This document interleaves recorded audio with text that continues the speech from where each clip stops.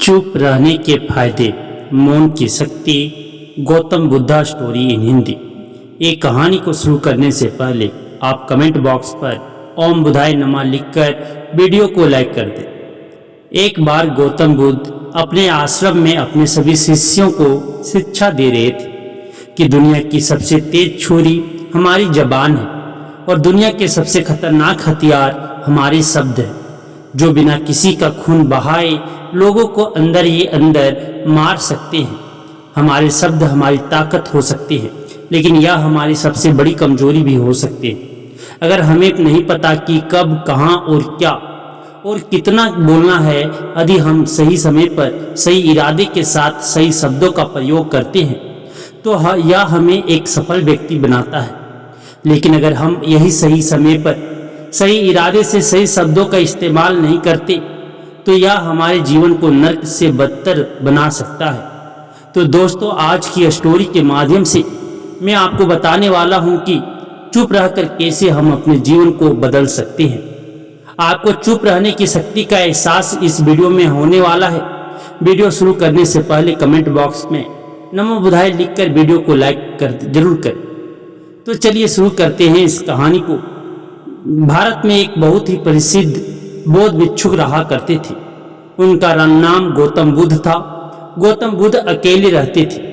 दुनिया के शोर शराबे से दूर जंगल में वो रहते थे और वह बड़े ही ध्यानी और प्रभु भक्त व्यक्ति थे, इसलिए वह पूरे भारत में बहुत अधिक प्रसिद्ध थे।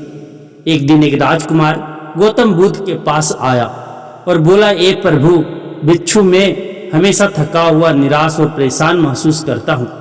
मेरा मन बहुत अशांत रहता है। हालांकि मेरे पास सब कुछ है, दौलत, शोहरत, सुख, सुविधाएं, जो हर व्यक्ति चाहता है या पाने की इच्छा करता है, लेकिन फिर भी मेरे अंदर इतनी अशांति और चिंता क्यों है? ऋषि ने उसकी बात बहुत ही ध्यानपूर्वक सुनी और कुछ सोचने के बाद कहा, तुम इस प्रश्न का उत्तर जानते हो, बस तुमने कभी इस प्रश्न को हल करने की कोशिश नहीं की है। गौतम बुद्ध ने आगे कहा, मैं एक रिसर्च करना चाहता हूँ, क्या तुम मेरा साथ उसमें दोगे?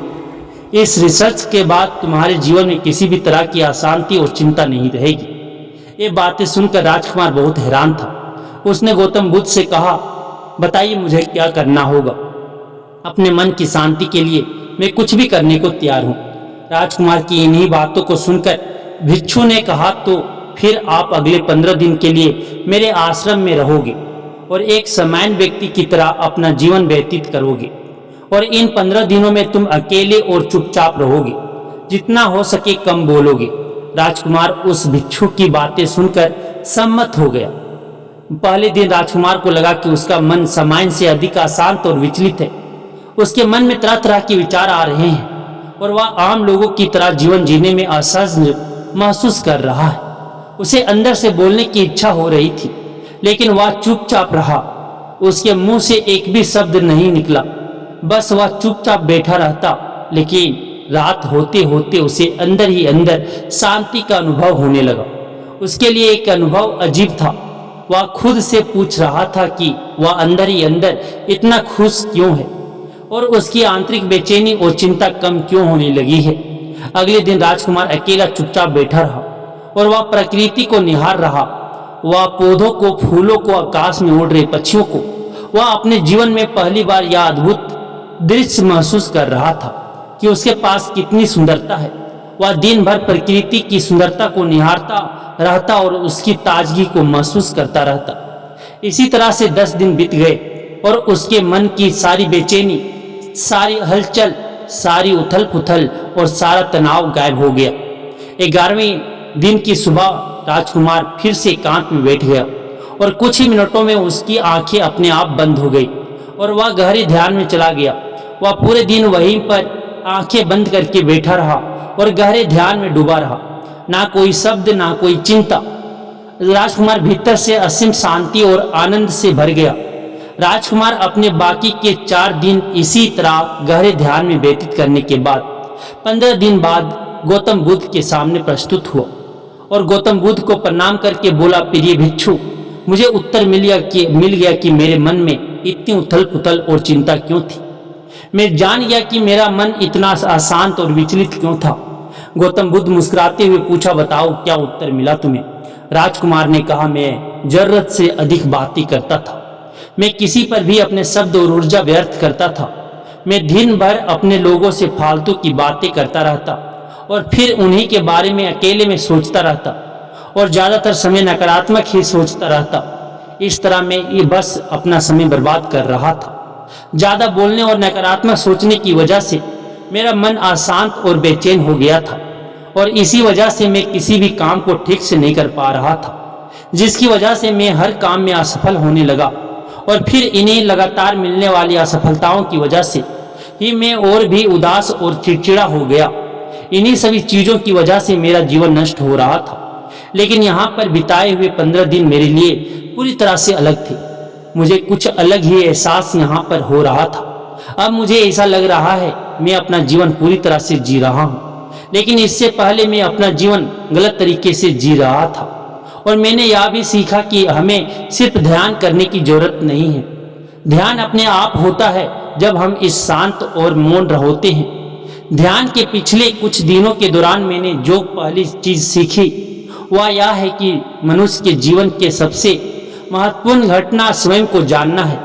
यह सुनकर ईसाई ने कहा, सिर्फ तुम ही नहीं, दुनिया में ज्यादातर लोग जरूरत से ज्यादा बोलते हैं। आज भी जो लोग ज्यादातर समय केवल एक दूसरे को नीचा दिखाने के लिए ही बोलते हैं। कुछ लोग ना चाहते हुए भी बातें करते हैं और अपना जीवन बर्बाद कर लेते हैं।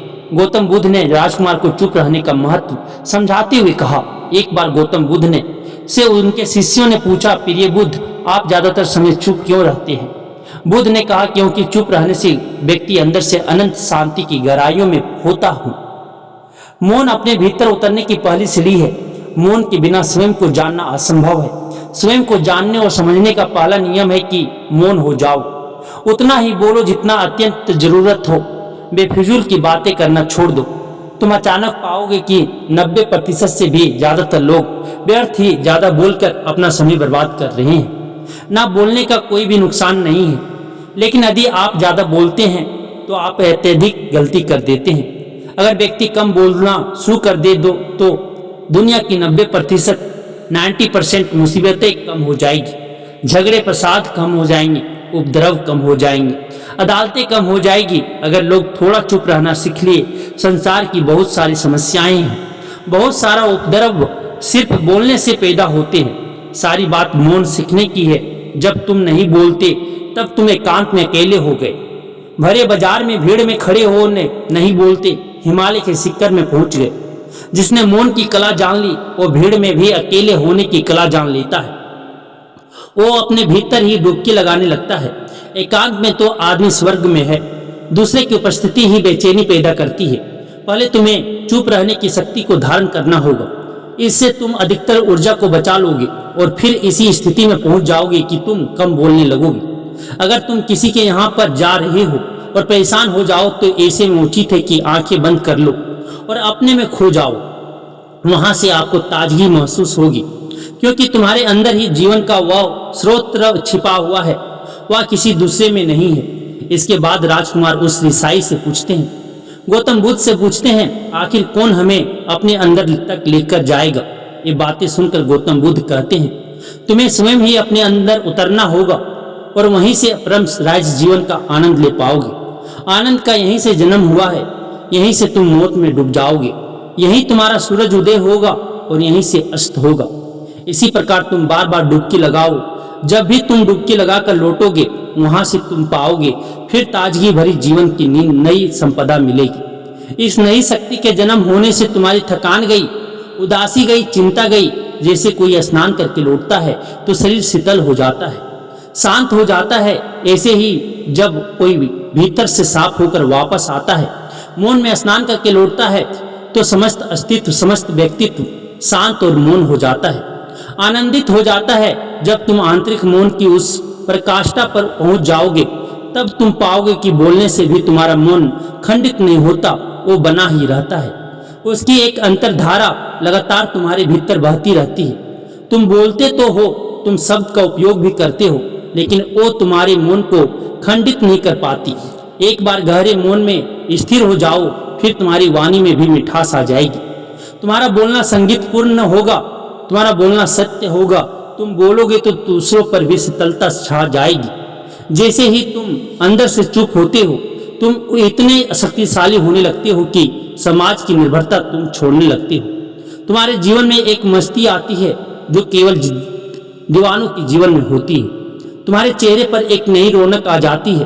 तुम्हारी आंखें किसी अमृत के समान हो जाती है। तुम अनंत शांति के समुद्र में डूबने लगते हो। इतना कहकर बिच्छू रेसाई ने अपनी बात खत्म की और वो मौन में चले गए। राजकुमार उनका ध्यान धन्यवाद कर अपने महल में चला गया।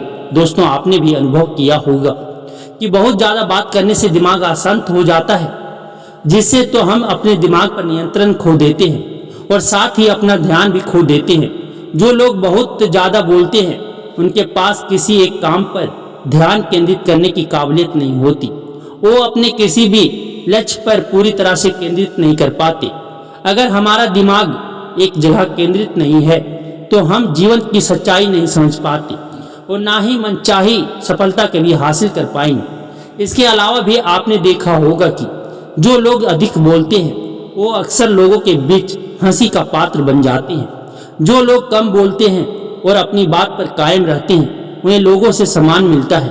लोग उनकी बातों को सुनते हैं, उन पर भरोसा भी करते हैं। जो लोग जरूरत से अधिक बोलते हैं, अपने विचारों के बारे में पक्के नहीं होते, उनका दिमाग स्थिर और विचलित रहता है, शोर से भरा रहता है और एक अशांत दिमाग वाला व्यक्ति जीवन में किसी भी चीज में सफल नहीं हो पाता है, क्योंकि वह किसी भी काम में फोकस नहीं कर पाता। यदि किसी व्यक्ति को यह पता है कि उसे कब, कहां और क्या बोलना है, तो वह व्यक्ति सच में बहुत बुद्धिमान है। ऐसा व्यक्ति जहां भी जाता है उसका व्यक्तित्व आकर्षण का केंद्र बन जाता है और वह जो कुछ भी करता है उसमें सफल जरूर होता है। अगर हम किसी महान और सफल व्यक्ति की व्यक्तित्व को गहराई से देखें तो पाएंगे कि वो कम बोलते हैं और कम से कम शब्दों में अपनी बात खत्म कर देते हैं। वो बोलने से पहले वो चीजों और जिसके बारे में उसे बोलना है उनके बारे में गहराई से सोचते हैं। लेकिन जो लोग बहुत ज्यादा बोलते हैं, बहुत बार वो झूठ भी बोलते हैं और अपनी बातों से दूसरों के मन और विचारों पर कचरा डालते रहते हैं। वह ज्यादातर समय दूसरों की बुराई करते रहते हैं, इसलिए उनके अपने भी उनसे नफरत करने लगते हैं, उनसे बचने की कोशिश करते हैं। हमारे भारतीय उपनिषदों में कहा गया है कि हमारे शब्द वास्तविक ब्रह्म शक्ति है। मौन से धैर्य आता है, धैर्य से ध्यान, ध्यान से हम अपने जीवन के बारे में जागरूक हो जाते हैं। इसलिए अगर हम ज्यादा बात करते हैं तो हम मौन को खो देते हैं, जो मन की शांति का पहला स्तंभ है। दोस्तों, आज से हम भी चुप रहने का अभ्यास अवश्य करेंगे। आज से हम भी वही बोलेंगे जो जरूरी है और हम कोशिश करेंगे कम से कम शब्दों में अपनी बात खत्म करें और हो सके तो कोशिश करेंगे कि रोज कम से कम 30 मिनट एकांत में चुपचाप बैठेंगे और मुझे पूरा विश्वास है कि इससे हम सबके अंदर एक सकारात्मक बदलाव जरूर आएगा। इसी के साथ इस वीडियो को खत्म करते हैं। दोस्तों, उम्मीद करता हूं कि आपको इस कहानी से एक अच्छी सीख मिली होगी। यह कहानी आपको कैसी लगी हमें कमेंट बॉक्स में कमेंट करके जरूर बताएं और साथ ही इस कहानी को अपने दोस्तों के साथ जरूर शेयर करें ताकि उन्हें भी इस कहानी से कुछ सीखने को मिल सके। धन्यवाद।